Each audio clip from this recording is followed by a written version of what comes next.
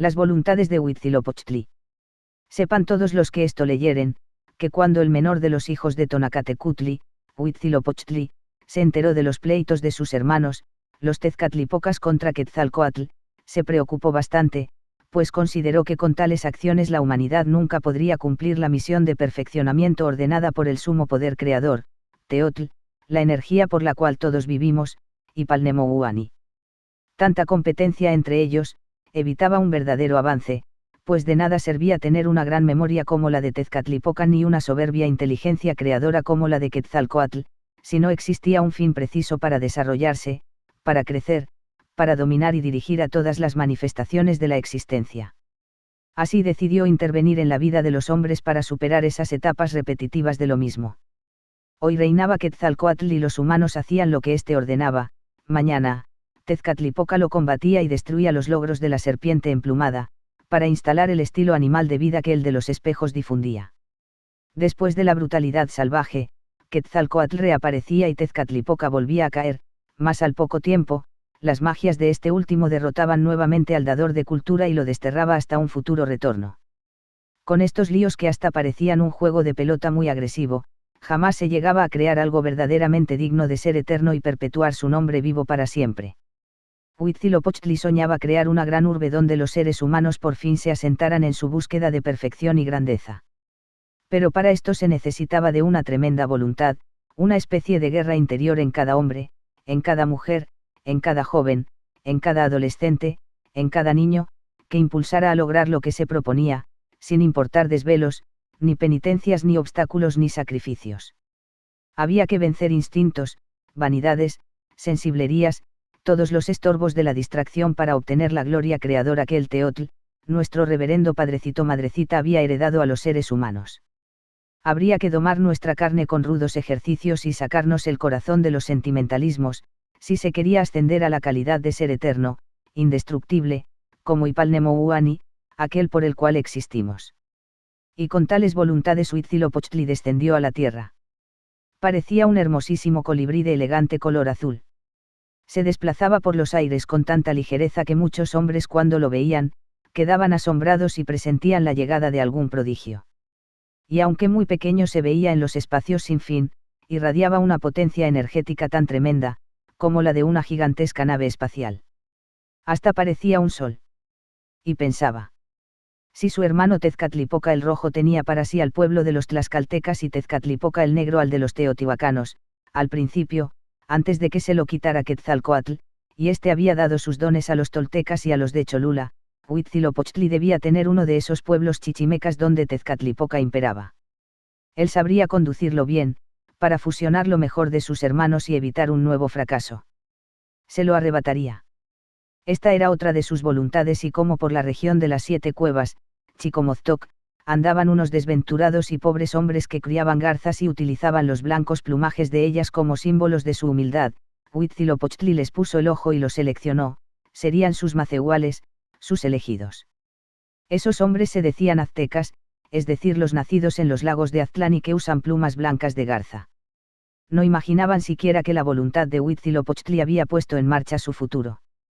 Para la realización de sus altos fines, Huitzilopochtli descendería de sus espacios y de seguro que lo lograría, pues siempre había sido característica de él, desde su nacimiento, el obtener lo que se proponía.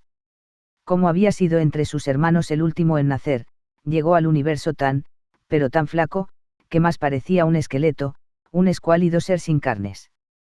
Mas por obra de su voluntad, luego de muchos años de ejercicio, disciplina, meditación y esfuerzo se construyó un cuerpo tan perfecto que asombraba hasta sus propios padres, Tonacacihuatl Tonacatecutli. Mas como todo esto sucedía ya en los espacios infinitos, los humanos no se daban cuenta de esta transformación de energía. Largas rutinas de estrictos movimientos le modelaron su carne musculosa y su agilidad al desplazarse como un colibrí, según ya dijimos, en los espacios del sur, que eran el lugar de sus dominios, Huitzilopochtli. Horas eternas de meditación le moldearon también su fuerza de voluntad y le enseñaron las técnicas de la guerra creadora. Sin embargo, así no podía encarnar en la tierra. ¿Qué madre podría arrullarlo y sostenerlo en sus brazos? Era tan enorme y fuerte. Entonces decidió volverse nuevamente pequeño y acurrucarse en el seno de una mujer perfecta y hacendosa, como toda buena mujer. No obstante, aunque naciera pequeño, de inmediato recuperaría su forma lograda y lucharía en contra de todo aquello que obstaculizara su voluntad. No tendría infancia y tampoco importaría que lo confundieran con un simple guerrero, pronto sabrían que sus combates eran para restituir todo lo perdido anteriormente en Teotihuacán, en Toyan, en Cholula y lograr la unidad de todos los nahuas en convivencia federada con no nahuas. Para ello, ya tenía elegido al pueblo que llevaría a cabo su voluntad. Y aunque muchos se opusieran, cuerpo a cuerpo también podría y debía convencer a los renuentes. Asimismo, la guerra sería florida entre los hombres para desembocar en la amistad creadora. De este modo, y con estas maneras de ser y de pensar, Huitzilopochtli había llegado a integrar, en una síntesis maravillosa, una diferente acción a la de sus hermanos que ni sospechaban de las intenciones del más pequeño de los hijos del Ometeotl, la dualidad creadora, el Teotl duplicado, y Palnemouani. Para cumplir sus propósitos de nacer, seleccionó a una señora muy fecunda, tanto como la tierra misma, pues había tenido ya, nada menos que 400 hijos y una bella y temperamental hija llamada Coyolxauhqui. Esta doncella era muy iracunda y cada vez que su madre tenía un hijo, se molestaba tanto que su mal humor la empalidecía y adquiría una blancura tan impresionante que asemejaba la luna. Cuando estaba alegre, le gustaba adornarse con preciosos cascabeles y salir a pasear por las noches entonando canciones melancólicas que el viento nocturno se encargaba de extender por todas las poblaciones. Entonces los enamorados se despertaban e inspirados en el canto de Coyolxauhqui, se abrazaban y se besaban. Pero un día se enteró que su madre, Coatlicue, iba a tener otro hijo. Enfurecida le reclamó que si no eran ya suficientes los 400 Huitznahuac, Cenzón Huitznahuac, como para tener otro más. ¿Cómo iba a poder darle de comer a uno nuevo, si ya sus hermanos estaban tan pequeños y desnutridos por no probar más alimento que agua, y eso, cada vez que llovía? Por su culpa les decían biznagas y Coyolxauhqui se oponía rotundamente. Tampoco creía en el cuento que su madre le decía. Escúchame, hijita, como tengo costumbre, cierto día estaba en el Teocalli, la casa de la energía creadora, cumpliendo con mis obligaciones de barrerlo, cuando cayó del cielo una madeja de plumas azules muy hermosas, yo me agaché a recogerlas y traté de mirar de dónde procedían, pero como nada lograba, se me hizo fácil guardarla debajo de mis enaguas. Más que crees, me busqué la madeja para contemplarla y deleitarme con su azul colorido y ya no la encontré. La busqué 2 o 3 veces, por aquí, por allá, y no estaba. Así que volví a casa muy extrañada por aquello. Créemelo, hija. Tienes mucha imaginación, madre Coatlicue, y todo por tantas faldas que te pones, es tanto el enredo que llevas que pareces envuelta en serpientes o que tus faldas son de culebras. Bueno, ¿y qué más tienes que contar?, agregó muy molesta Coyolxauhqui, que había enrojecido de cólera y perdido su habitual palidez. Pues entonces, como la madeja de esas plumitas azules de colibrí había desaparecido, me olvidé de ello. Sin embargo, pronto comenzaron a sucederme cosas muy raras. Sentía claramente la madeja debajo de mis faldas y cuando intentaba cogerla, desaparecía y era tal cual si se me hundiese en las carnes. Fue cuando ustedes notaron mi preocupación y mi aspecto pensativo. ¿Cómo era posible que fuera a tener otro hijo? ¿Con qué lo vamos a mantener? Desde que tu padre se fue a su casa del sol, no he vuelto a ver a ningún hombre más. Sin embargo, hijos míos, mis 400 biznagas, mi enojona Coyolxauhqui, ahora sé muy bien que voy a dar a luz un nuevo hermano para ustedes. Deben quererlo mucho. Nunca, gritó frenética Coyolxauhqui y los 400 biznagas, luego de quedar estupefactos, exclamaron coléricos. No queremos otro hermanito. Primero hemos de verte muerta antes que nazca, como enloquecida aulló, que no habló, la furiosa damisela de los cascabeles que trémulos se agitaban al compás de su terrible ira. Coatlicue quedó confusa, sin comprender bien a sus hijos que desde entonces se separaron de ella y la dejaron sola en la casita donde vivía, un lugar cercano a la grande Toyan y que se llamaba Coatepetl, el cerro de la serpiente tierra. Se encelaron tanto, que no deseaban verla más. Coyolxauhqui se trepó a lo más alto de aquel monte y pronto sus hermanos se le reunieron para planificar su venganza. Coyolxauhqui no medía sus palabras ni su conducta ingrata. Matémosla. Nuestra madre no nos ama. Ha preferido al que llega sin pensar en nosotros.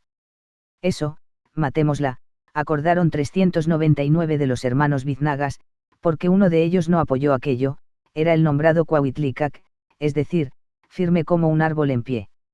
Él rechazó con gran indignación la propuesta de tan vil crimen y fue a avisar a su madre, que decepcionada, se hundió en una grave tristeza.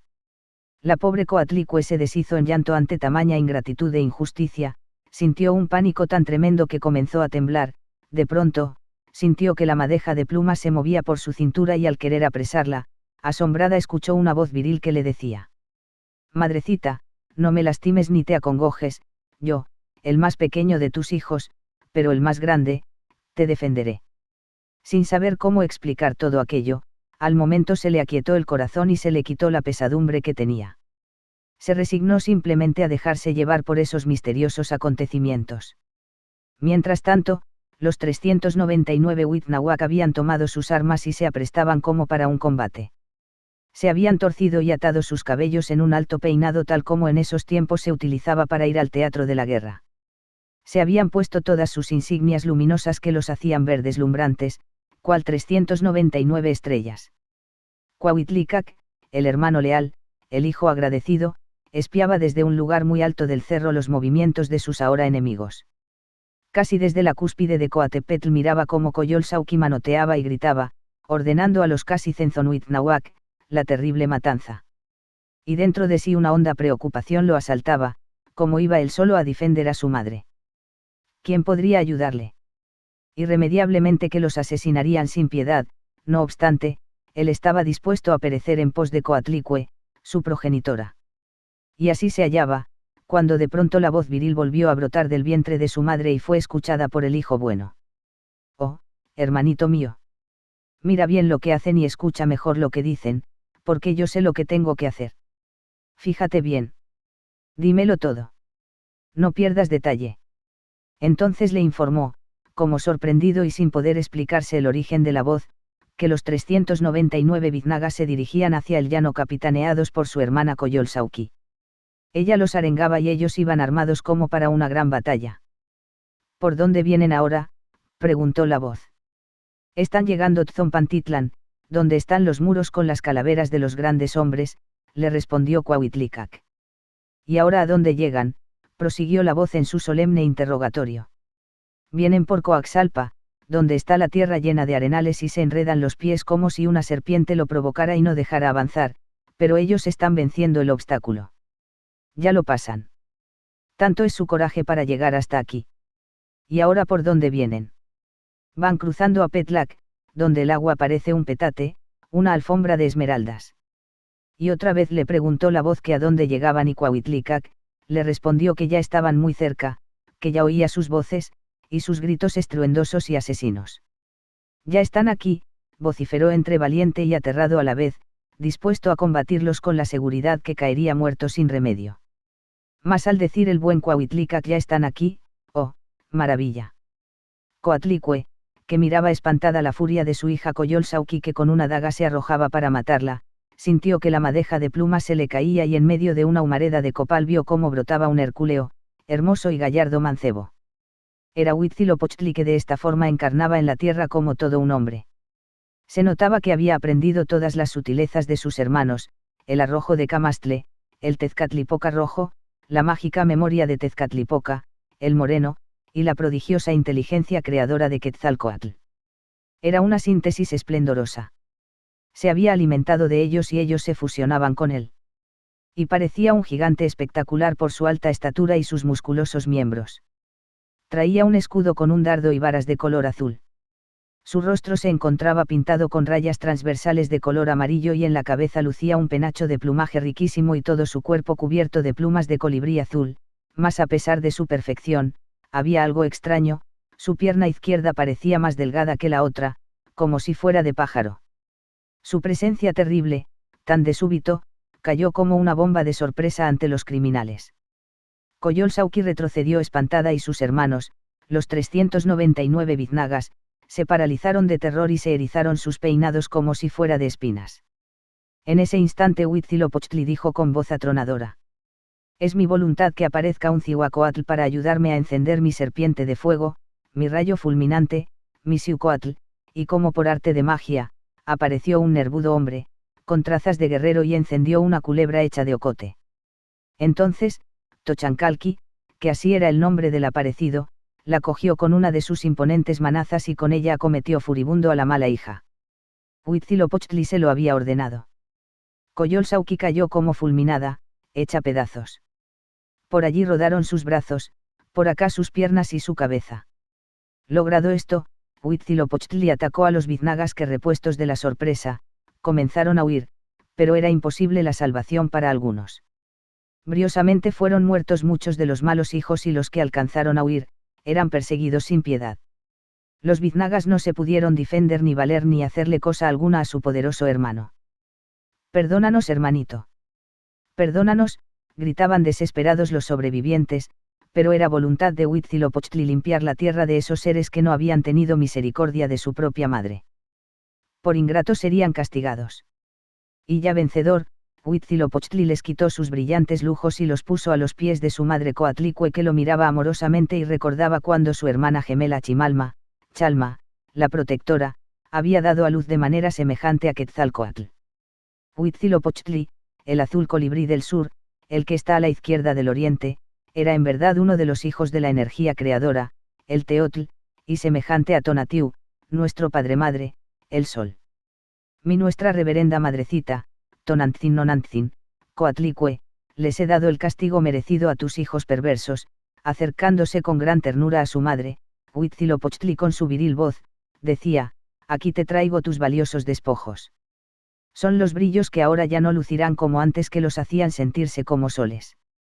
Y es mi voluntad que desde esta noche las energías dispersas de mis 399 hermanos, se transformen en las estrellas del espacio donde dominó, el sur, y que Coyolxauhqui sea la luna condenada a andar siempre de noche y que por el día la opaquen los rayos solares. Tú, madrecita Coatlicue, tierra fecunda que me protegió en su seno, verás cómo se irá despedazando en el cielo y horas habrá en las que la oscuridad la esconda totalmente. Y como Tochancalchi, el cazador de conejos, la destazó, una cicatriz en forma de conejo, se verá en su rostro. Ahora, madrecita, reverenda Coatlicue, mi nuestra, Tonantzin Nonantzin, dame tus buenos deseos, porque ahora que soy todo un hombre, es decir, una indomable voluntad para que florezca la memoria y la inteligencia de nuestro fugaz cuerpo terrenal, salgo a buscar a mi pueblo elegido. El pueblo que he de guiar para que en toda la región de Anáhuac, y si es posible más allá, pueda surgir el auténtico imperio de la energía creadora que luche incesantemente por el perfeccionamiento del universo, aunque para esto tengamos que vivir en perpetua guerra de convencimiento, la eterna guerra creadora, la guerra florida que desemboque en la amistad y la unión para el beneficio del todo cósmico, el Teotl, y haciendo su voluntad, Huitzilopochtli se alejó de su conmovida madre, que lloraba de felicidad al ver los nobles propósitos de su hijo, el más pequeño, y el más grande. Solo temía que los hombres comunes no lo comprendieran y confundieran todo en una simple y vulgar guerra de ambiciones por el poder de unos cuantos. Sin embargo, Coatlicue confiaba en el próximo surgimiento de los grandes hombres. Ella misma lo simbolizaba. De lo animal, a fuerza de voluntad, como Huitzilopochtli lo había mostrado, en guerra interior con uno mismo, y derrotando todo lo perverso que amenace nuestra integración, se llega a la grandiosidad verdaderamente cósmica, ser creadores y benefactores de todo lo que vive, mientras vive, para su perfeccionamiento. Mientras tanto, Huitzilopochtli, hecho un formidable guerrero, caminaba rumbo a la región del Alba, el lugar de la blancura, el norte, muy lejos de sus espacios del sur amado. Lo acompañaban sus leales cuates, Cuauhitlicac y Tochancalchi. Los tres con sus corpazos musculosos, asombraban a los hombres primitivos que habitaban los valles y los cerros por los cuales atravesaban. Huitzilopochtli se había despedido de su madre y le había prometido volver un día.